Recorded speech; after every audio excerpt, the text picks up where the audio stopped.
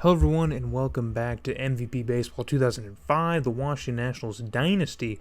We are here in the month of June, off to a pretty rough start. So we did win that game against the Reds on June 1st, which did give us that win of that series, but we have followed it up with 3 straight series losses to American League East opponents. The Orioles, Yankees, and Blue Jays gave us some pretty tough fits. Gave us some pretty big fits at the beginning of the month, but we did finally win a series against the Brewers before dropping the first 2 games of the series against the Cubs. So that's going to take us into Game 3 here. We're going to try and salvage a win from this series. The Cubs are doing decently on the year here, but the NL Central is pretty stacked and loaded. It's going to be tough for them to get out of that mess if they want to. So we need to try and get out of our hole here and get close, or at least back to 500, if at all possible. So, kind of a low bar to set, but that's where we're at here in year 2 with these Nationals. So, we're gonna get right into this game at Wrigley, historic Wrigley Field. I thought I'd show off some Wrigley Field and some Sammy Sosa gameplay before all the vitiligo stuff happens. So, in the bottom of the second, in an 0-1 count, Sammy Sosa lines this one down the right field line,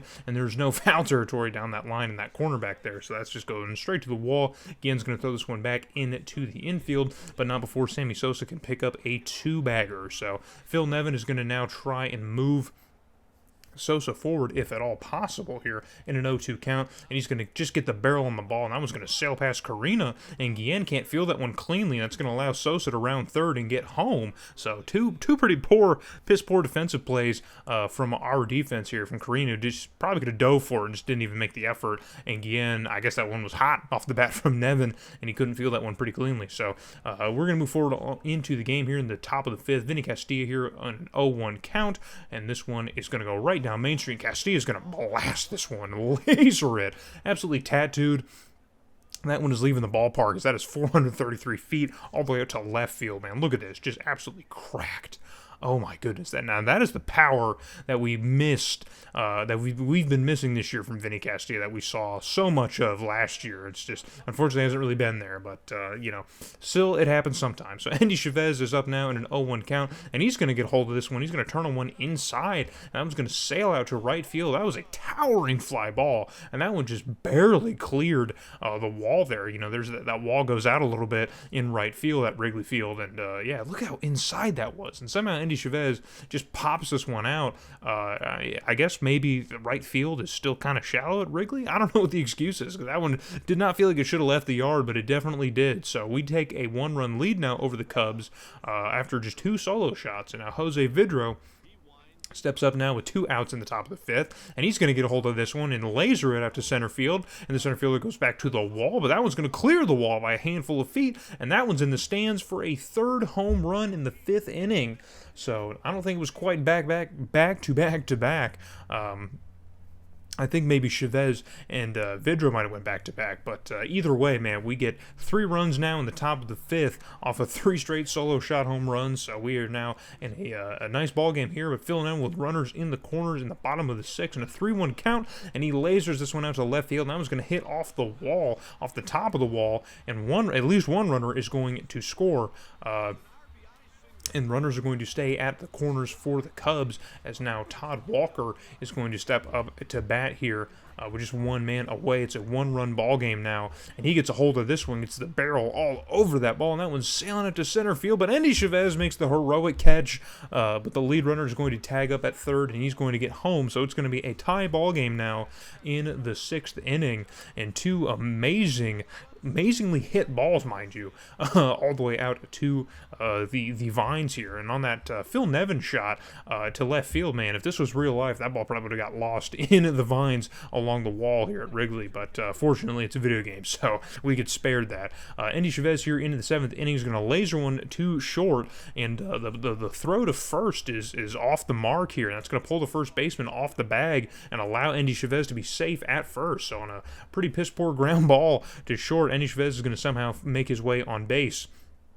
and that's going to boost a couple stats that you like to see boosted. So Jose Vidro, who already had the home run at the last at bat here, is up again here, and he's going to get a hold of this one, and that one is absolutely crushed, laser to left field in the left field corner, and 419 feet later, it is out of here, and that's going to be another home run for Jose Vidro, 2 in this game. So another player who was really a big source of offense for our team last year. We haven't seen too much of it, along with Vinny Castilla, and both of them are making their names known today. So we're going to take a 2-run lead over the Cubs now, and later on in the inning with a runner on first, Jose Guillen now up to bat, and he gets a hold of this one and sends it out to right field. That one's going to bloop down along the line into the corner, and the lead runner is now going to round third, and he's going to get in home as no throw is made to home as Jose Guillen gets an RBI double. And now Matt Holliday, who's also 2 for 4 on the day here in the top of the ninth, going to give us the last little gasp of offense as he gets a hold of this one, barrel on the ball, and another home run out to left field is going to end our game. That one probably would hit the fence, I think. I think Castilla and Vidro left the yard, but I think that one might have hit the tall fence. I'm not sure. But either way, it's a 3rd home run in this game to left field. In the 5th inning, we sprayed it to every angle. We sprayed to left, to right, and to center. Everyone kind of was making use of the ballpark, but we're going to take another or add a run to our lead and take the win over the Cubs here in Game 3 of this series, and that's going to end things. So let's get back into the rest of June. All right, everybody, we are now back in here to our little hub world, and we have completed the month of June following our win over the Cubs here in this in Game 3 of that series. As we talked before that game started, it was a rough start to the month, and things kind of finished exactly how they finished the last few months. So we've maintained our 500 pace, give or take a couple games, but we are still kind of on target with where I would like to be, even though things performance-wise still, I guess, leave a bit to be desired. And this month is the true epitome of that. As we will get into our stats later on in the video. But first, a full month recap here, just again to go over it. We did finish off the Reds at the first day of this month here, which won that series for us. But then we would go on to lose the next 3 series against the Orioles, Yankees, and Blue Jays before picking up our first series victory over the Brew Crew, and then following that up with another series loss over the Cubs. A funny thing to mention, we lost every single Saturday in this month, which is hilarious, and almost every Friday. Darn near every Friday. We had 5 Fridays, and we lost 4 of them. We had 4 Saturdays, and we lost all 4 of them. So the weekend was really not our time, I guess. But we did win every Sunday. So I don't know, man. What a weird trend to have. But we then followed it up with a victory over the Pirates. We've played the Pirates pretty well so far in this dynasty, I believe. I think we already beat them in a series, in the first part here? Yeah, we beat them in April, so I'm not tripping. We have already beat the Pirates earlier in this year, and then we surprisingly beat the Phillies in a very, very high-scoring back-and-forth series. Just an absolute just crazy smoke show going on back and forth between us and the Phillies, and then we got swept in a 2-game set against the Braves, and then started off this series against the Marlins going into July with a loss. So the end of the month was really kind of not awesome, not great. These 2 games right here between us, the Braves, and the Marlins, we matched their hit total. So I can't remember specifically how many hits we had in either game, but we had the same amount of hits as both the Marlins and the Braves in both these games, and scored 1 run and lost both games. So that is kind of like these are outliers. Like, this didn't really happen anywhere else in the month. So I'm not trying to highlight that this is an ongoing issue, but in the Braves game it was super frustrating. We had literally 2 situations in the game where the bases were loaded, and not only did we not score a run, just couldn't do anything. So couldn't even put the ball in play. So RISP has been an issue all season long, and that just continues to kind of be an issue. And then, pitching, it comes and goes. As you can tell from a lot of these scores, pitching comes and goes. There's not a ton of a recap I have so far about the performance that we had in June. The big thing is really pitching. Pitching was really bad this month. Pitching was really, really bad. If we were winning games, which we did win as much as we have been in the previous 2 months, it really had to come off the back of some timely hitting or just some good offensive performances in general. A lot of the closest scores you see were blowouts at one point. So, like this 8-6 victory over the Pirates, this 13-7 victory over the Phillies, this 7-3 victory over the Cubs, as you guys watched. 11-5 here with the Brewers. Like, a lot of those games were completely out of hand in favor of us, and then ended up just giving up a ton of runs because our pitching staff is pretty horrendous right now. Which is funny because our team rankings do no longer have us at 30. We have a top 25 rotation now, or at least pitching staff. But it truly does not feel like that, man. I'm telling you, it does not feel like that. So let's get right into the roster situation here and look at our batting order. Endy Chavez, I feel like Endy Chavez had a really bad June, but his numbers are still about where they were at the end of last month. So I'm not sure if maybe there's just a big enough sample size now with Endy Chavez where his numbers aren't going to move too terribly much from month to month now, but I mean, still, I think he was at 279 ending last month, and I think his slugging was also a little bit lower, and he doubled his home run total this month. So I guess it was a decent month for Endy Chavez, but trust me, for managing the games, it certainly did not feel that way. But I will not take him down if he is still holding his weight, which he very much is. And in the stolen base department, he swiped 7 bags this month. He wasn't as efficient on the base pass. You know, think about it. He's got 33 through the first 2 months, and then 7 in the third month. So yeah, not that efficient. If you know what I mean. So Christian Guzman, I have the lineup with the DH in, so we'll just go through everybody. But Christian Guzman did actually get a lot more playing time this month. I swapped him in quite a bit. He wasn't like a full-time starter by any means, but he did do fairly well with the opportunity he was given. So he might be playing his way into an everyday role, but you know, it was the same issue last month with Wes King, where Wes King was really playing very well. He was hitting over 300, so there wasn't really much, like, I couldn't justify not playing Wes King every day, but Christian Guzman is our highest paid player, so it kind of, there's a logjam at the position, if you will. And then Jose Guillen is still hitting as well as he's been hitting. He had a grand slam this month, I think. I mean, he still stays hot, man. Jose Guillen, finally, welcome to the season. You know, he had a slow start to the year, but the last 2 months have been just consistent, high offensive affairs from Guillen. So that is a great source of power and just production that we're getting in our lineup on a pretty consistent basis now. So Matt Holliday definitely came down from earth quite a bit. I think his average was about 300 at the end of last month, and he's dropped quite a bit, pretty considerably. His numbers are still decent on the year, but I think he might need to move back further in the lineup. I know we're pretty far down because it's the DH lineup, but he's still hitting 2 in most of our lineups, so most of our everyday lineups. So he might need to move down a little bit, just take some time towards the back end of the lineup. I don't think we're trending towards a period where Matt Holliday isn't an everyday player in left field for us. But, you know, he just might need some time further down in the lineup here, maybe to get the stick back warm. But that's how Matt Holliday has done in June. And then Jose Vidro remains hot as well. His average stays above 320. He was hitting pretty decently this month as well. It's just some pretty timely stuff like we've come to expect from Jose Vidro. He's been decent for us, not too much there to report on. A decent OPS. And then Vinny Castilla also is hitting pretty decently well. You know, again, still not where he was last year, but he's slugging the ball pretty well, which is good for a 38-year-old man, believe me. You know, I think he hit 1 or 2 home runs this month, maybe 1 or 2 more than that. But the average is in a good spot too, so yeah, I love what we're seeing from Vinny Castilla. Tremel Sledge also got on the field quite a bit. He was the de facto just bench guy for the outfield, so we had a lot of really tough stretches of ball that we played in this month. I mean, a lot of back-to-back series, you know, 3-4 game sets.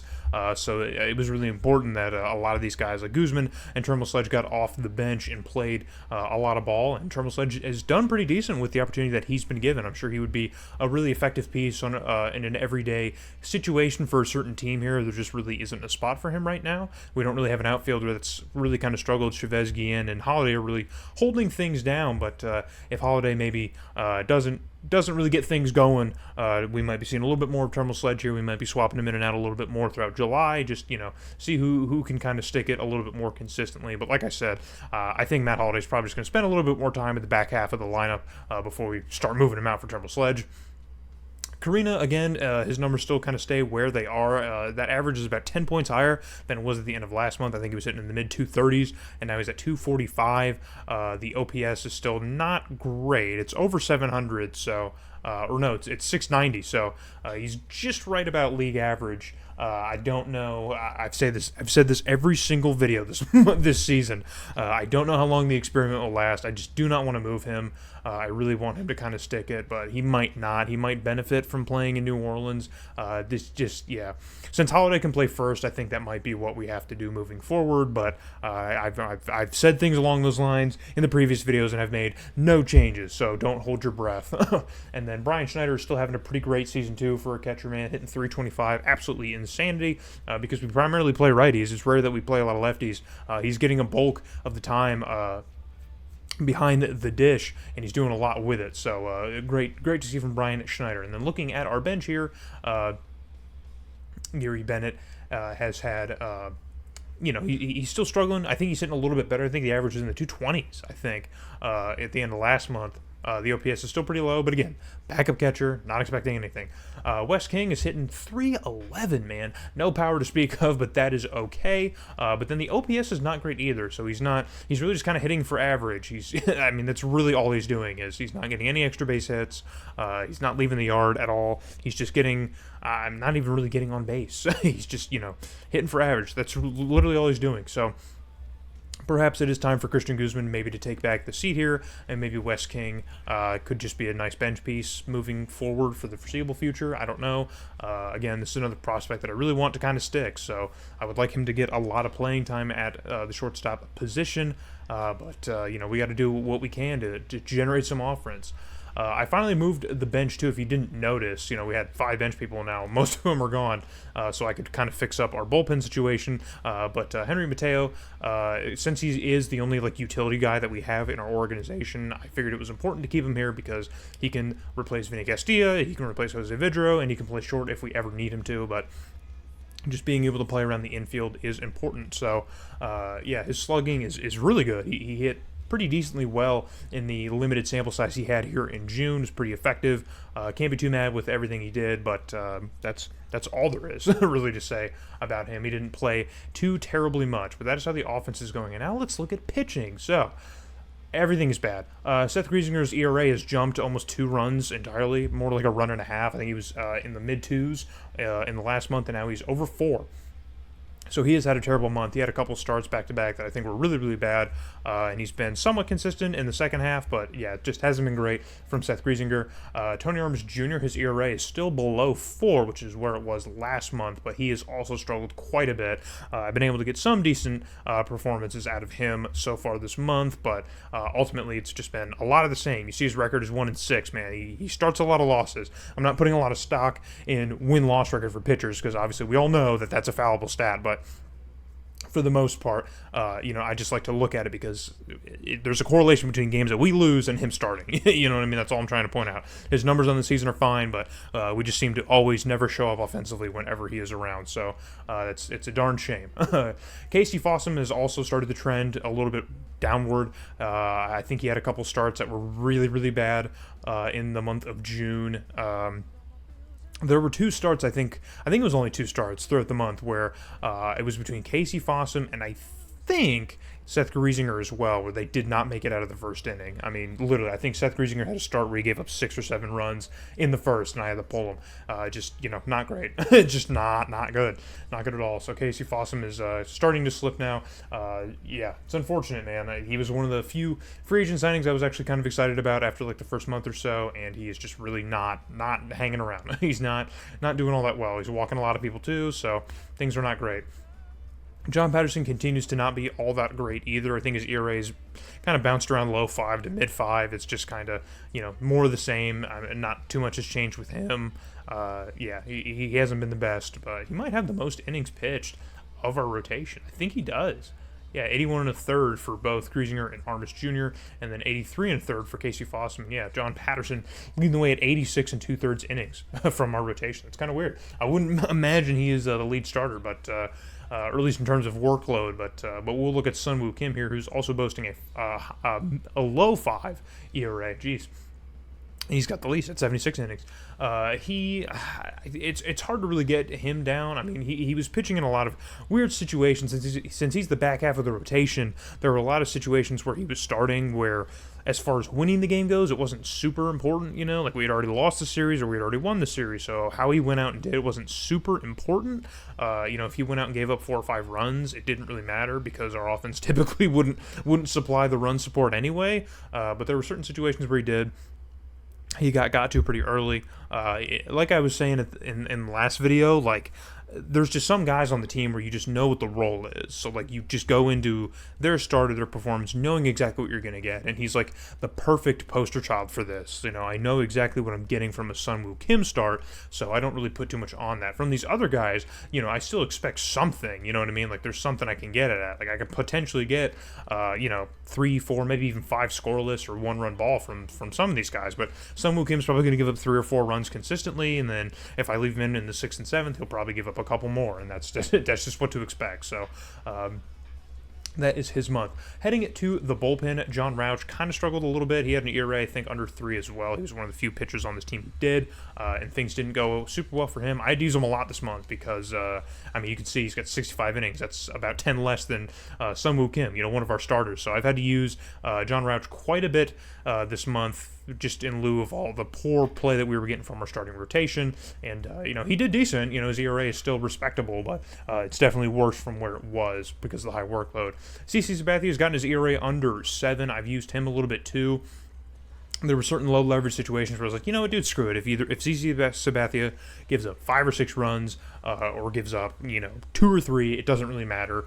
I just need someone to eat innings, and that's basically what he's been doing this month, is just eating innings for us out of the pen, and he's got his ERA down to 6.98, so I don't know, maybe he's trending in the right direction. I'm not sure. It's still not great, but Claudio Vargas has been awful this month. He's been completely horrendous. I haven't really been able to get anything consistent out of him for a while, so I'm not really sure what is going to happen with Claudio Vargas. He's just been a consistent 6+ ERA guy. Like, he's been throwing that kind of stuff, and I can't really rely on him out of the pen much. If John Rauch or CC Sabathia aren't available, we're kind of screwed. That's kind of where things are right now with Claudio Vargas, so it's unfortunate. But TJ Tucker I try to use as little as possible because he's another high ERA guy in this pen that we just don't need to use.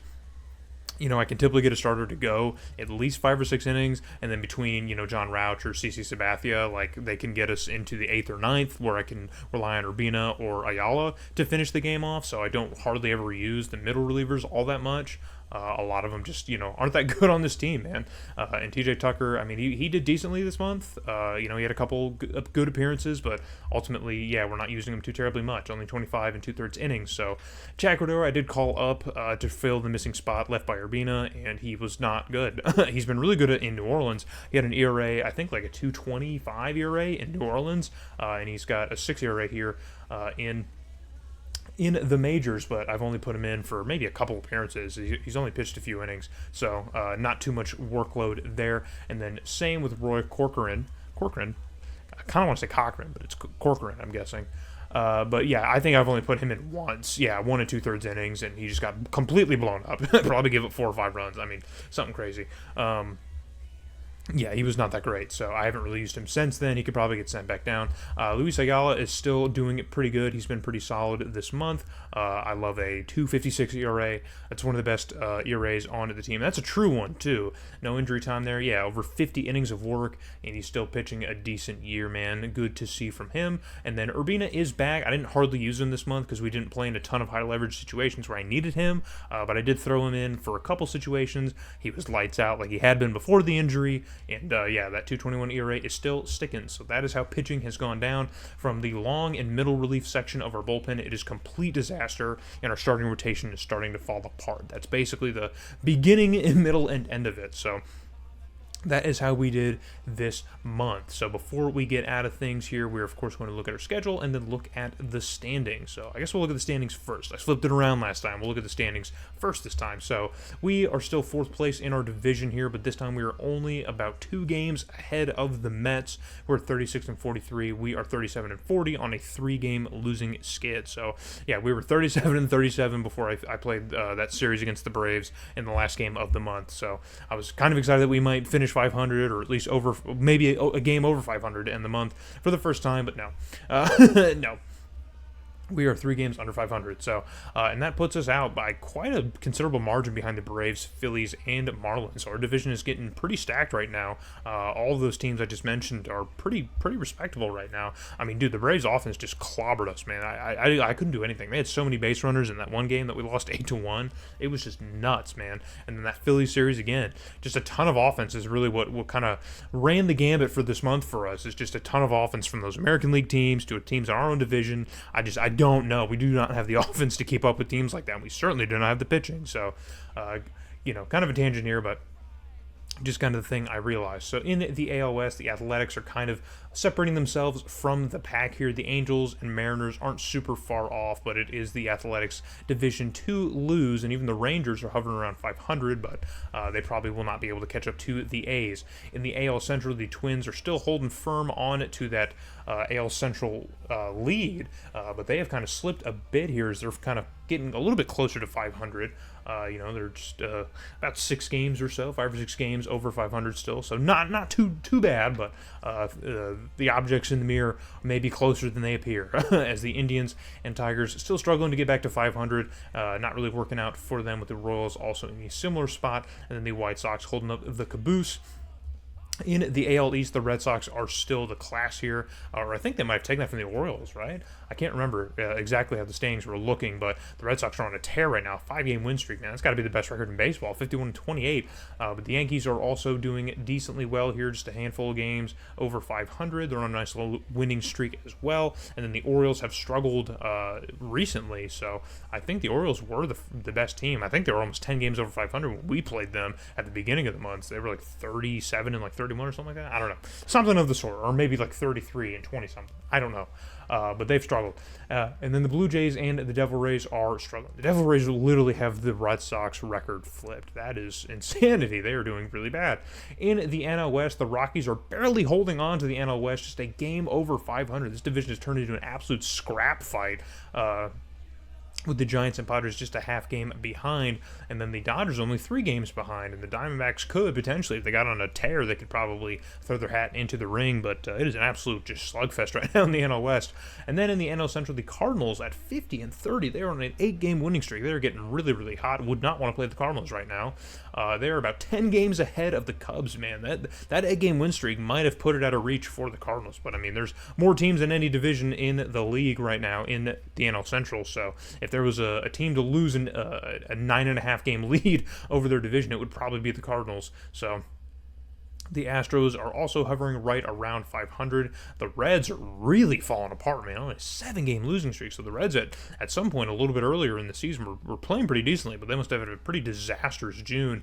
And then the Pirates and the Brewers are also struggling quite a bit. So really just happy to see that we're not one of those worst teams, man. There's quite a considerable amount of teams that are a lot worse than we are. So that is good to see. And again, with the runs scored, we have the second most runs scored in our division, but we also have given up the most runs in our division. That is the tale of this team, man. We cannot pitch for nothing, but we have pretty decent offense. So that is how things have went down standings-wise. And now, before we get on out of here, we're going to gloss over our July schedule.